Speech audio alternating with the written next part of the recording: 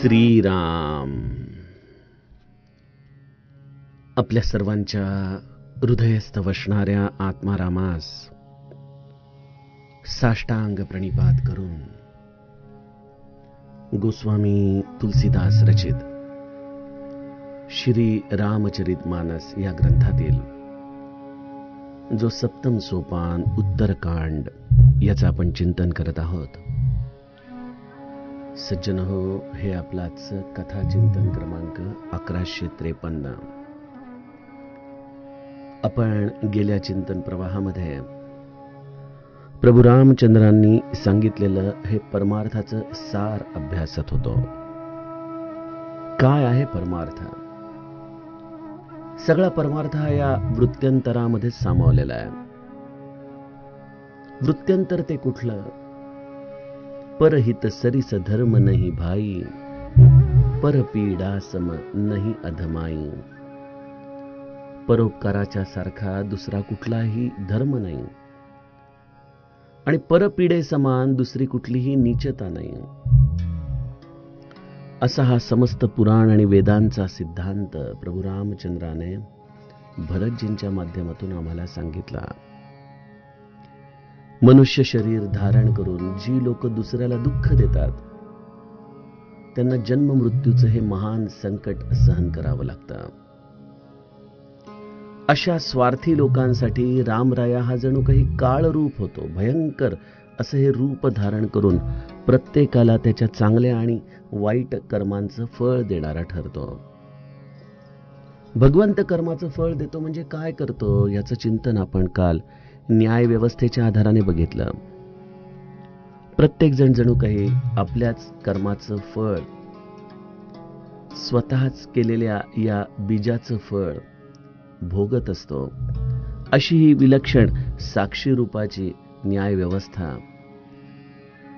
आणि त्यामुळे परमचतुर लोक या संसार रूपी प्रवाहाला दुःख रूप जाणून नित्य भगवंताचं भजन करत असतात. अशा रीतीने प्रभू भगवंताने संत आणि असंतांचे गुणधर्म अत्यंत विस्ताराने सांगितले. आणि मायातीत होऊन राहणं हेच खरं या दृश्य जगामधलं ज्ञान आहे. सत्वरज तमाच्या पलीकडे असलेल्या या भगवंताशी तद्रूपतेने जगणं हा सगळा परमार्थ आहे. अशा रीतीने भगवंताने आपल्या या वाणीला इथं विराम दिलेला आहे.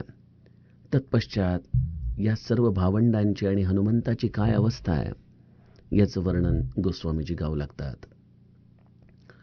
श्रीमुख बचन सुनत सब भाई, हर्षे प्रेमन हृदय समाई. करही बिनयति बारहि बारा, हनुमान हिय हर्ष अपारा. पुनि रघुपति निज मंदिर गए, एहि विधि चरित करत नित नये. बार बार नारद मुनि आवही, चरित पुनीत राम के गावही. नित नव चरित देखी मुनि जाही, ब्रह्मलोक सब कथा कहाही. सुनि बिरंची अतिशय सुख मानही, पुनि पुनि तात करहूँ गुण गानही.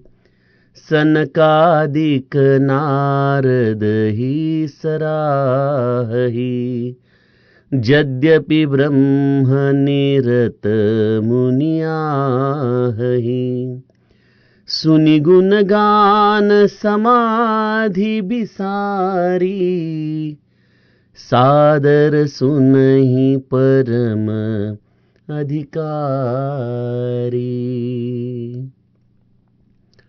जीवन मुक्त ब्रह्म पर चरित सुनहित जिध्यान, जे हरि कथा न करहि रति, तिनके ही पाषाण। सियावर रामचंद्र प्रिय हो।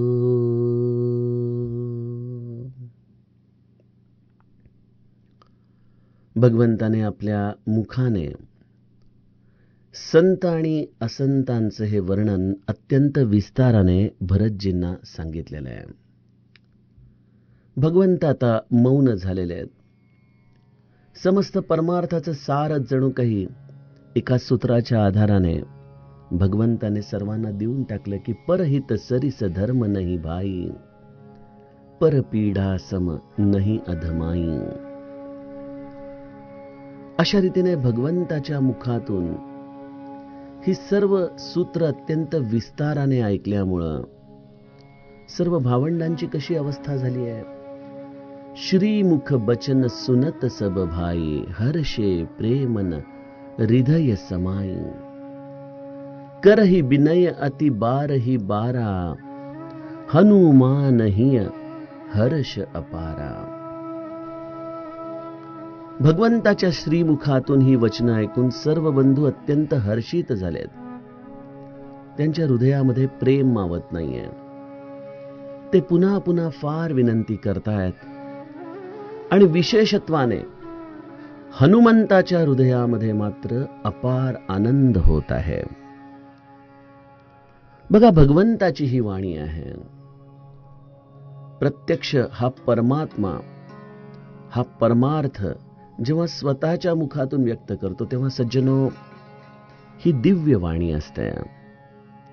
ज्या पद्धतीने कुरुक्षेत्रावरती भगवंताने अर्जुनाला सांगितलेली गीता ही व्यासांनी कालातीत करून टाकली, कारण ती भगवंताची वाणी आहे. या भगवंताच्या वाणीला उच्चारण करण्यासाठी म्हणून आपण त्याचे पाठ करतो, आपली वाणी शुद्ध करत राहतो.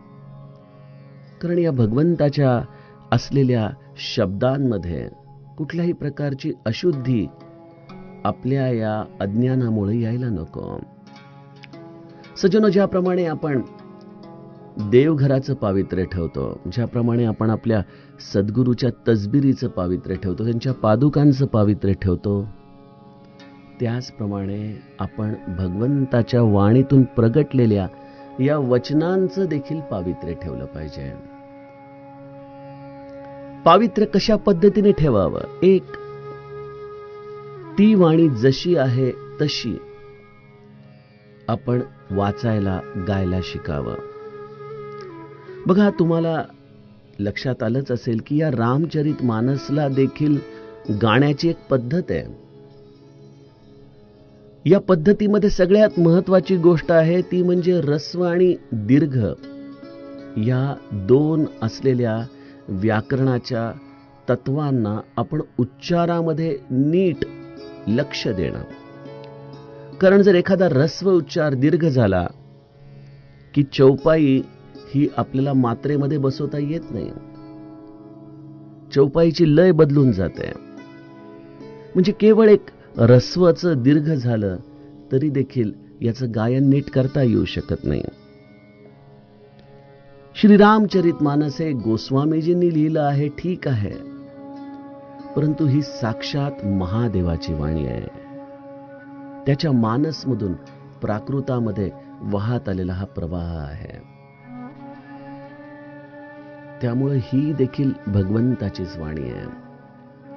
किंबहुना ज्या ज्या ग्रंथांवरती तुमचा अढळ भाव आहे, अढळ श्रद्धा आहे, तो प्रत्येक ग्रंथ हा शुद्ध वाचणं ही त्या वचनांच्या पावित्र्याला जपण्यासारखं आहे. दुसरी गोष्ट आहे, वचनांच्या पावित्र्यामध्ये श्री महाराजांच्या गोष्टीनुसार सांगावं तर एकदा एका बापाने आपल्या मुलाला पत्र लिहिलं की यावर्षी गावाकडे फार दुष्काळ पडलेला आहे, त्यामुळे आमचं उत्पन्न काही नाही, तेव्हा तू तुझ्याकडचे काही पैसे गावाकडे पाठवण्याची व्यवस्था कर. मुलगा हा आपल्या वडिलांना अत्यंत आदर देणारा आणि त्यामुळं वडिलांची चिठ्ठी येताच त्याने ते मस्तकाला लावली, उघडून वाचली आणि देवघरामध्ये ठेवून दिली. दररोज देवाचं जसं पूजा करावी त्याप्रमाणे वडिलांच्या अक्षरांची तो पूजा करू लागला. श्री महाराज म्हणायचे, परंतु यामुळे त्या वडिलांची मात्र त्याने गरज भागवली नाही. जे पैसे त्यांना हवे होते ते मात्र काही त्याने पाठवले नाही. भगवंत ही वाणी भरताला का सांगतोय? गोस्वामीजी या चौपाया का लिहितायत? समर्थ कल्याणाच्या निमित्ताने एवढा प्रदीर्घ दासबोध का लिहितात? कारण एकच आहे, माझ्यामध्ये सुधार व्हावा, मी बदलावं, मी भगवत सन्मुख व्हावं. सज्जनो, भगवंताच्या वाणीचं पावित्र्य हे आपण आपल्या आचरण शुद्धीने ठेवू शकतो. त्यामुळे भगवंताच्या या ग्रंथांमधून त्यांनी जी सूत्र सांगितलेली आहेत त्या सूत्रांपर्यंत आपण आपलं जीवन शुद्ध करत नेणं ही त्यांच्या वचनांची खरी पूजा ठरेल. आता आपण या संत आणि असंतांची लक्षणं इतक्या काळ बघत आहोत. यातून जर मी माझ्यामध्ये असलेल्या या खल प्रवृत्तींना, या असंत लक्षणांना त्यागलं नाही तर मी काय साधलं? मी जर या संत लक्षणांच्या प्रमाणे जीवन जगण्याचा प्रयत्न केला नाही तर या निरूपणांमधून मी काय साधलं? त्यामुळे श्रीमुख बचन हा शब्द अत्यंत महत्वाचा आहे. श्री महाराज म्हणायचे त्याप्रमाणे कोण सांगतंय हे फार महत्वाचं आहे. इथं प्रत्यक्ष भगवंताने संतांचे हे गुणधर्म गायलेले आहेत, खलांचे त्यांनी गुणधर्म आपल्याला सांगितलेले आहेत आणि त्याप्रमाणे आपलं जीवन आचरण करणं हीच या वचनांना वाहिलेली खरी आदरांजली आहे. ही वचनं ऐकून सर्व भावंडांना तर आनंद झालाच आहे, परंतु विशेषत्वाने हनुमंताच्या हृदयामध्ये अपार आनंद झालाय. बघा, ज्या या हनुमंताला हे चिरंजीव पद भगवंताने दिलं आणि या रामनामाचं कार्य अविरतपणे या सृष्टीमध्ये करायला सांगितलं, त्या हनुमंताने वेगवेगळी या सद्गुरूंची रूप धारण करून या परमार्थाचा जनमानसापर्यंत हा पावन प्रवाह आणून दिलाच. तोच हनुमंत या वेगवेगळ्या रूपांमधून सगळ्यांशी संवाद करू लागला. अशा हनुमंताला देखील मौन धारण करून जेव्हा भगवंताची वाणी ऐकायला मिळते त्यावेळेला त्याच्या हृदयामध्ये अपार आनंद नाही का होणार? जसं एखादी मुलगी आयुष्याच्या विवाहाच्या पश्चात एक प्रौढ भूमिका, ज्याला आपण एक परिपक्व भूमिका म्हणतो, त्या पद्धतीने निभावत असते आपल्या संसारात. परंतु जेव्हा खूप काळानंतर आपली आई भेटते तेव्हा तिच्यामध्ये देखील एक लहान मूल जसं जागं होतं, सज्जनो, त्याप्रमाणे हनुमंताची अवस्था आहे. कारण या सद्गुरु तत्वाला नित्य या जनमानसामध्ये राहून हा भगवंताचा बोध सांगायचाच असतो. त्याला हे भूमिका निभावण्यासाठीच चिरंजीव तत्व भगवंताने दिले. परंतु भगवंताच्या चरणांशी बसून या परमार्थाचं श्रवण करण्याची ही अभिलाषा हनुमंताची पूर्ण झाली आणि त्यामुळं हनुमंत विशेष आनंदी आहेत, अपार आनंदित आहेत. अशा रीतीने आपल्या सगळ्या भावांच्या हृदयामध्ये असलेला या इच्छेची पूर्तता करून प्रभू रामचंद्र या उपवनामधून पुनश्च आपल्या महालामध्ये निघून जातात. काय काय घटना घडल्यात उपवनामध्ये? सनकादिक मुनी आलेले आहेत, त्यांच्याशी संवाद झालाय. सनकादिक मुनींनी भगवंताची स्तुती गायलेली आहे. तत्पश्चात हनुमंताच्याकडे सगळी ही भावंड पाहत आहेत आणि संत आणि असंत यांची लक्षणं भरत ऐकू इच्छित आहे. अशा पद्धतीने हनुमंत प्रभू रामचंद्रांना विनंती करतात. हनुमंताच्या या विनंतीला ऐकून भगवंताने ही एवढी सविस्तरपणे आपल्याला भगवत चर्चा सांगितली आणि तत्पश्चात आता प्रभू रामचंद्र आपल्या महालाच्या दिशेने निघालेले आहेत. अशा रीतीने अयोध्येमध्ये भगवंताचं हे राज्य एका विलक्षण आनंदाच्या स्थितीमध्ये चालू आहे.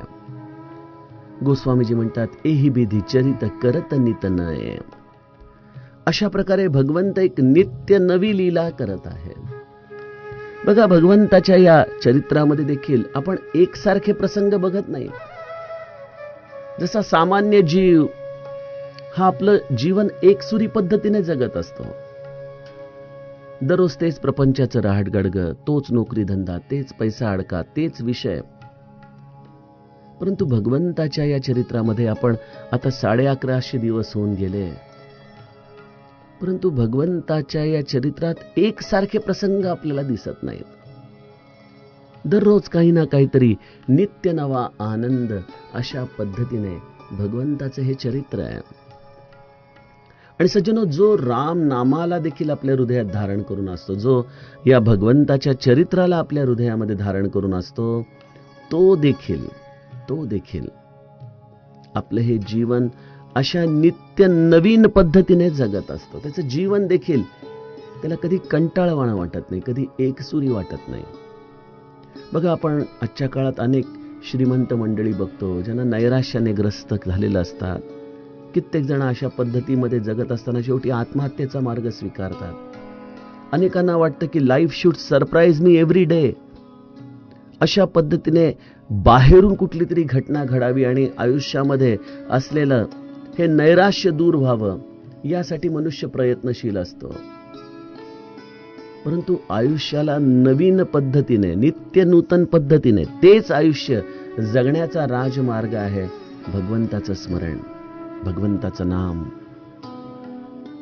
ते चरित्र जो नित्य नवीन पद्धतीने आपल्या अंतरंगामध्ये गातो, ऐकतो, त्याचं चिंतन करतो, त्याचं बाह्यांगाने देखील जीवन हे दररोज नाविन्याने भरलेलं असतं.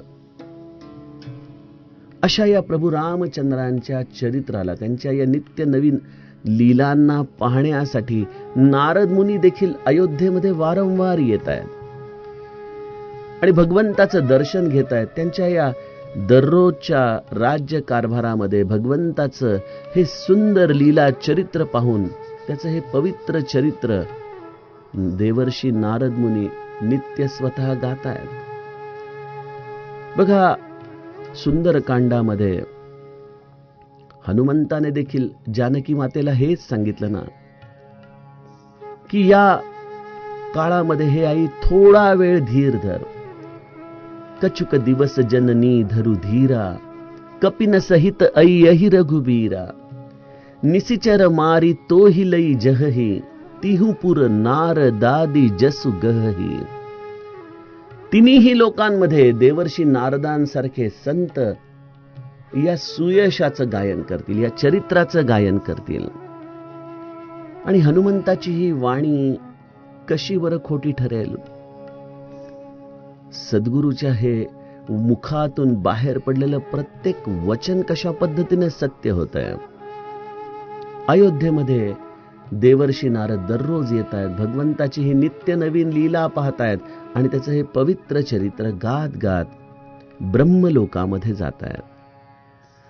मुनी ब्रह्मलोकामध्ये जाऊन अयोध्येचं वर्णन करून प्रभू रामचंद्र कशा पद्धतीने तिथे राज्य कारभार करत आहेत, कशा पद्धतीने सत्संग करत आहेत, कशा पद्धतीने जनमानसाला भगवत सन्मुख करत आहेत, या नित्य नवीन चरित्राच्या कथा देवर्षी ब्रह्मलोकामध्ये जाऊन सांगत आहेत. का सांगत असतील ब्रह्मलोकामध्ये जाऊन? ज्या ब्रह्मलोकामध्ये तिथं उपस्थित असलेले सगळे जीव या ब्रह्म स्थितीला तद्रूप होऊन जगत आहेत, अशा ब्रह्मलोकामध्ये देखील एका गोष्टीची उणीव आहे आणि ती म्हणजे सगुण चरित्राची उणीव आहे. बघा, निर्गुण निराकार स्थितीमध्ये तद्रूपता आहे, तिथं द्वैत भाव नाही. आणि हा द्वैत भाव नसल्यामुळे सगळ्यात मोठं नुकसान काय आहे की तिथं भगवंताची कथा सांगणारा वक्ता नाही आणि ऐकणारा श्रोता देखील नाही. देवर्षी नारदांना या सगळ्या लोकांमध्ये जाण्याचा व्हिसा आहे. सप्तलोकामध्ये कुठेही देवर्षी सहजपणे संचार करू शकतात.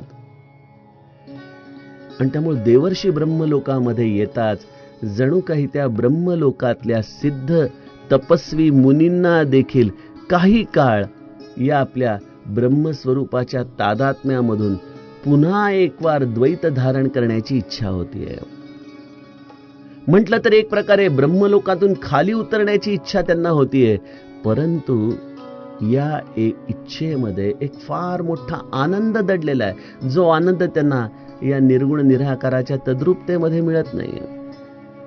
आणि ते आहे कथामृत. सज्जनो, यावरून आपण आपल्या सद्भाग्याचं वर्णन करावं की आज या कलियुगात घर बसल्या कुठेही न जाता नित्य निरंतर आम्हाला या राम कथेचं श्रवण करायला मिळतंय. निमित्त कोणी का असेना, वक्ता कोणी का असेना, परंतु जे सुख ब्रह्मलोकामध्ये देखील मिळत नाही ते सुख आज आपल्याला या मोबाईलच्या माध्यमातून घर बसल्या प्राप्त होत आहे. हे आहे रामकथेचं सुख. परंतु म्हणतो ना आपण की बऱ्याचदा अमृताचा कलश समोर येतो, परंतु आपण अमृत न जाणल्यामुळं त्याचा अव्हेर करावा, तशी आमच्या श्रवणाची अनेकदा स्थिती होऊन जाते. मनापासून हे कथामृत श्रवण करावं आणि आपलं हे कलियुग हे ब्रह्मलोका इतकं आनंदमय आपण करून घ्यावं. ही एक धुंदी आहे जी या कथेचं सुख तुम्ही अंतःकरणामध्ये अनुभवत असता. ते सुख ब्रह्मलोकामध्ये काय, अप्रत्यक्ष वैकुंठामध्ये देखील अत्यंत दुर्लभ आहे. आणि त्यामुळे ब्रह्मलोकातले हे सिद्ध मुनी जन देखील लालायित होऊन पुन्हा पुन्हा देवर्षींना विनंती करतायत की देवर्षी थांबू नका, थांबू नका. हे तात पुन्हा पुन्हा प्रभू रामचंद्रांच्या गुणांचं गायन करा, थांबू नका. आणि देवर्षी देखील जसं आपण आजच्या काळामध्ये म्हणतो ना की मी लेटेस्ट अपडेट घेऊन येतो, त्याप्रमाणे देवर्षी नारद देखील ब्रह्मलोकामधून क्षणामध्ये खाली अयोध्येत येत आहेत. पुन्हा पुन्हा भगवंताच्या या लीलांना पाहतायत आणि अगदी ताजा वृत्तांत घेऊन जणू काही ब्रह्मलोकामध्ये जाऊन भगवंताच्या या लीलांचं गायन करतायत. सज्जनो, काय अर्थ याचा? देवर्षी नारद वक्ता आहेत कथेचे. दररोज अयोध्येमध्ये जाऊन भगवंताच्या या लीलांचं दर्शन घेणं, त्याचं या सुंदर पद्धतीने चिंतन करणं, त्याचं कथामृत ब्रह्मलोकामध्ये देणं, याचा अर्थ एकच आहे की तेच रामायण, तीच रामकथा ही दररोज नित्य नवीन पद्धतीने सांगितली गेली पाहिजे. टेप रेकॉर्ड सारखं जे आहे तसंच्या तसं बोलणं हे कदाचित रामकथेला संकुचित करण्यासारखं आहे. या कथेचं चिंतन मुक्त पद्धतीने झालं पाहिजे, भगवंताच्या अधिष्ठानावरती. त्याला नित्य नवीन रंगांनी दररोज रंगवलं पाहिजे. आणि अशी कथा आपल्याला अंतःकरणामध्ये एका वेगळ्याच या ब्रह्मानुभवाची स्थिती प्राप्त करून देत असते. ज्या या ब्रह्मस्वरूपामधून हे संत खाली येऊन पुन्हा पुन्हा देवर्षींना म्हणतायत की पुनी पुनी तात करहु गुणगानही, थांबू नका देवर्षी, सांगत रहा. आणि अशा या देवर्षींच्या अथक प्रयत्नांना पाहून सनकादिक मुनी देखील अचंबित होऊन जात आहेत. काय देवर्षींचं चिंतन आहे, काय देवर्षींचं गायन आहे. ज्यांना या सगळ्या गांधर्व विद्या माहिती आहेत, जे प्रत्यक्ष या ब्रह्मदेवाचे पुत्र असल्यामुळं समस्त शास्त्र हे त्यांना मुखोद्गत आहे. आणि त्याही पलीकडे जाऊन जे सगुण चरित्राचे प्रेमी आहेत, असा देवर्षींमध्ये असलेला हा विलक्षण संगम पाहून सनकादिक मुनी देखील देवर्षी नारदांची स्तुती करत आहेत. जरी ते सनकादिक मुनी ब्रह्मनिष्ठ आहेत, तरी देखील पुन्हा पुन्हा या ब्रह्मनिष्ठ अवस्थेमधून प्रभू रामचंद्रांचं गुणगान ते ऐकतायत आणि त्यांच्या या ब्रह्मसमाधीला देखील ते विसरून जात आहेत. बघा सज्जनो, लोक म्हणतात, अहो काय तुम्ही अजूनही परमार्थामध्ये बालवाडीतच आहात वाटतं, तुम्हाला या रामकथा, या सगुण चरित्र याच्यामध्येच आनंद वाटतो. अहो परमार्थ त्याच्यापेक्षा फार पुढे आहे. निर्विकल्प समाधीपर्यंत जायला पाहिजे, सोहमबोधामध्ये स्थिरावलं पाहिजे. सगळं योग्य आहे सज्जनो, त्यात काही शंकाच नाही. परंतु माझ्यासारख्या सामान्य जीवाला तर या रामकथेचाच आधार आहे. आणि माझा असा दृढ भाव आहे, अशी माझी दृढ श्रद्धा आहे की जे मिळेल ते या कथेतूनच मिळेल, अन्यथा मला कुठंच काही मिळू शकणार नाही.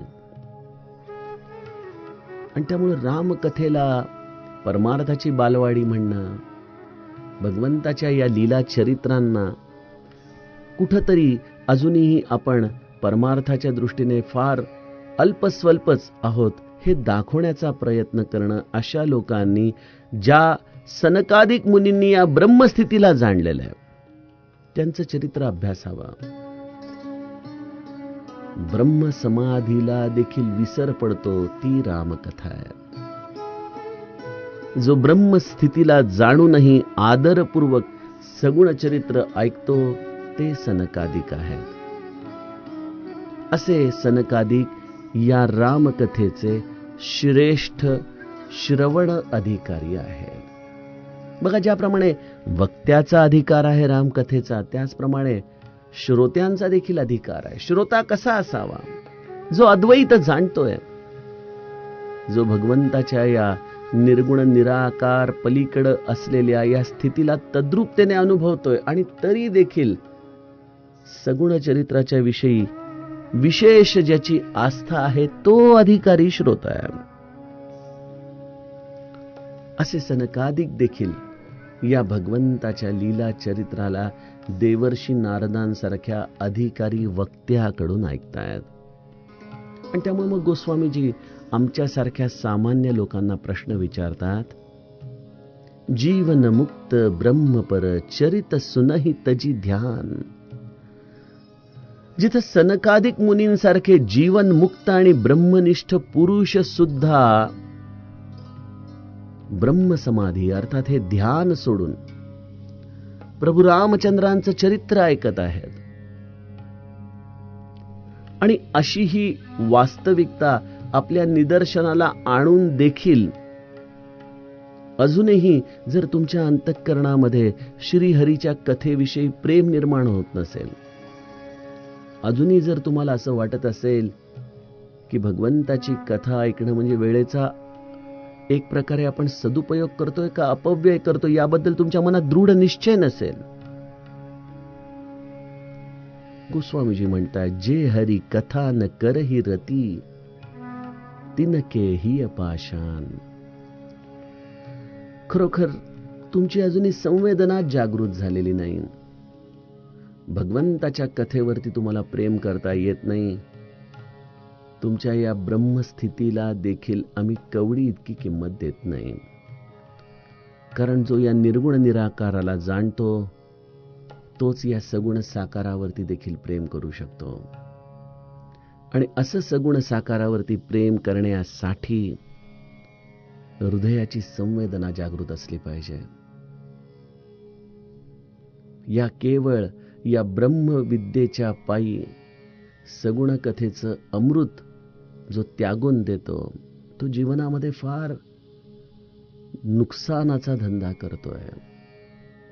अशा लोकांना गोस्वामीजी म्हणतात की त्यांचं हृदय हे खरोखर एखाद्या पाषाणाप्रमाणे आहे, दगडाप्रमाणे आहे, ज्यांच्यामध्ये अजूनही या हरिकथेचं प्रेम, या हरिकथेची संवेदना प्रसवलेली नाही. सज्जनो, हे आहे रामकथेचं महत्व. आणि तुमच्या आमच्या सगळ्यांच्या सद्भाग्याने ते श्रवण करण्याचं सद्भाग्य आम्हाला आमच्या जीवनात प्राप्त झालं. बस त्या कथामृतामध्ये नित्य अनुगमन करणं याचंच नाव आहे ब्रह्मसमाधी. गोस्वामीजी अशा पद्धतीने या उपवनाच्या प्रसंगाला आता पूर्ण विराम देत आहेत आणि एका अद्भुत प्रसंगाच्या दिशेने आपल्याला आता ते घेऊन चाललेत. त्याचं चिंतन आपण उद्याच्या कथाप्रवाहामध्ये करूया. जानकी जीवन स्मरण जय जय राम.